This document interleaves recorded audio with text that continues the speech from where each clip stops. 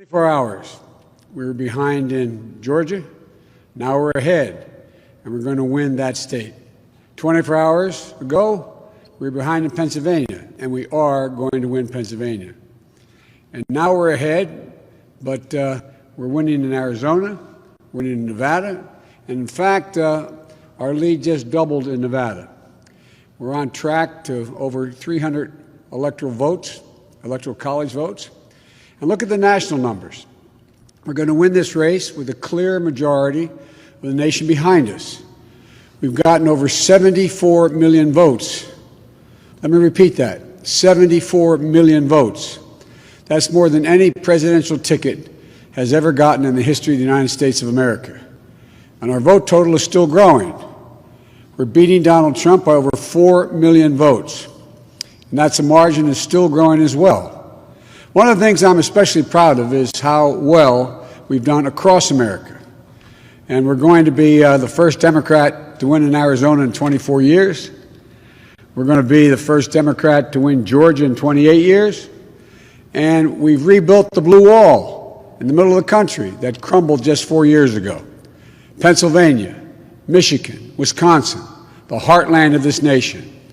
I know watching these vote tallies on TV moves very slow, and as slow as it goes, it can be numbing. But never forget, the tallies aren't just numbers. They represent votes and voters, men and women who exercise their fundamental right to have their voice heard.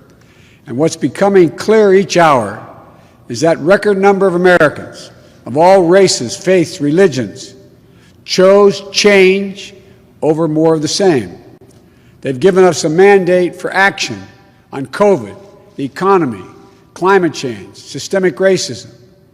They made it clear they want the country to come together, not continue to pull apart. The people spoke, more than 74 million Americans, and they spoke loudly for our ticket. But while we're waiting for the final results, I want people to know we're not waiting to get the work done and start the process.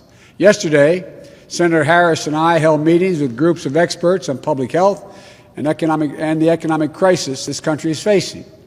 The pandemic, as you also know, is getting more worrisome all across the country.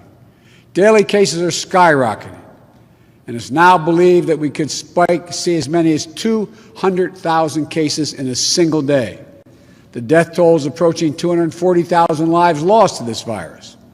That's 240,000 empty chairs, kitchen tables, and dining room tables all across America. We'll never be able to measure all that pain and the loss, the suffering that so many families have experienced. We know something about what it feels like to lose someone. And I want them to know they're not alone. Our hearts break with you. I want everyone to know on day one, we're going to put our plan to control this virus into action. We can't save any of the lives lost, any of those have been lost, but we can save a lot of lives in the months ahead. Senator Harris and I also heard yesterday about how this recovery is slowing because of the failure to get the pandemic under control. More than 20 million people are on unemployment. Millions are worried about making rent and putting food on the table. Our economic plan will put a focus on a path to a strong recovery. Look, we both know tensions are high. They can be high after a tough election, one like we've had. But we need to remember, we have to remain calm, patient. Let the process work out as we count all the votes. You know, we're proving again what we've proved for 244 years in this country. Democracy works. Your vote will be counted.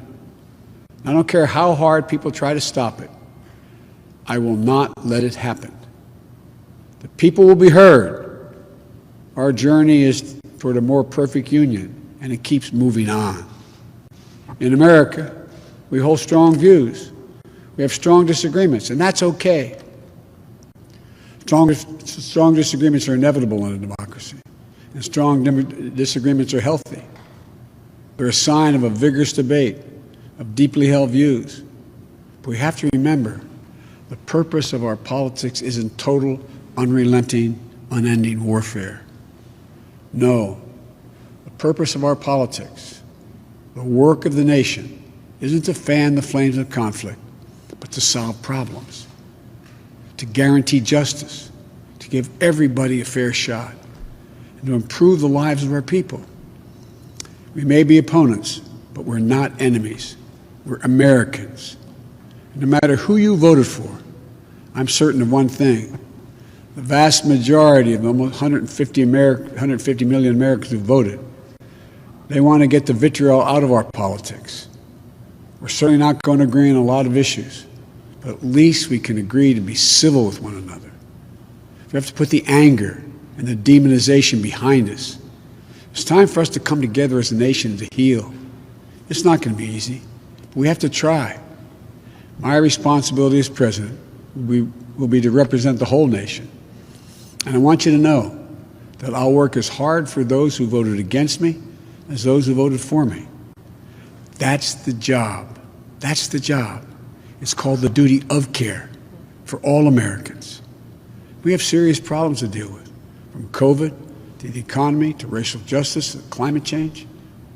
We don't have any more time to waste on partisan warfare.